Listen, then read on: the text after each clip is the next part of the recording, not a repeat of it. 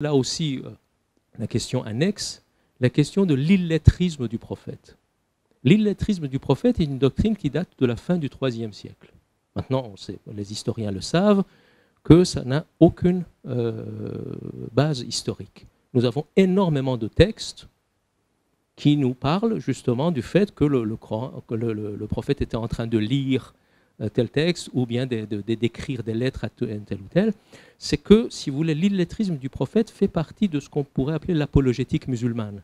C'est-à-dire de dire, voilà, il s'agit d'un prophète illettré, donc il s'agit d'un miracle qu'un prophète illettré. Donc ça fait partie de la rhétorique apologétique, mais ça n'a aucune base historique.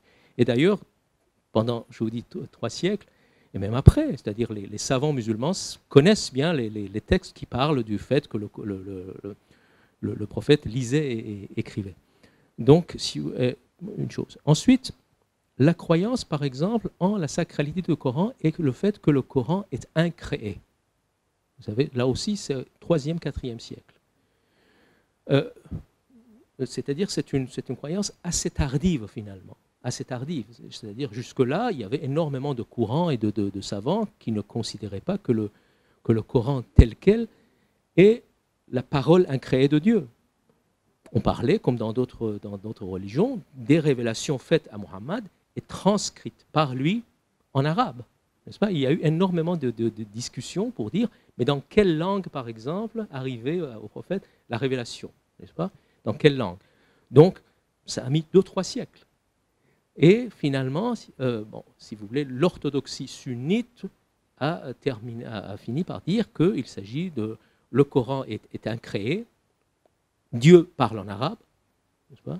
Et que c'est cette parole en arabe qui a été révélée au prophète, et que c'est intéressant, c'est qu'au même moment, il y a un courant théologique qui est devenu extrêmement puissant, c'est le courant ash'arite, qui est fondé sur une notion théologique importante, c'est la notion de sans comment, en arabe bila kayf.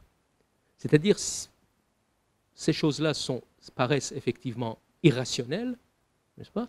Mais si on ne les comprend pas, il ne faut pas se demander comment. C'est comme ça. C'est comme ça. Bon, ce n'est pas un scoop pour l'islam, c'est à peu près dans toutes les religions. Les religions, les orthodoxies prônent quelque part la doctrine de sans comment. Donc, pour répondre à votre question, c'est que cette notion de la sacralité absolue du Coran a une histoire. Pendant 3 siècles, ce n'était pas le cas. C'était pas le cas.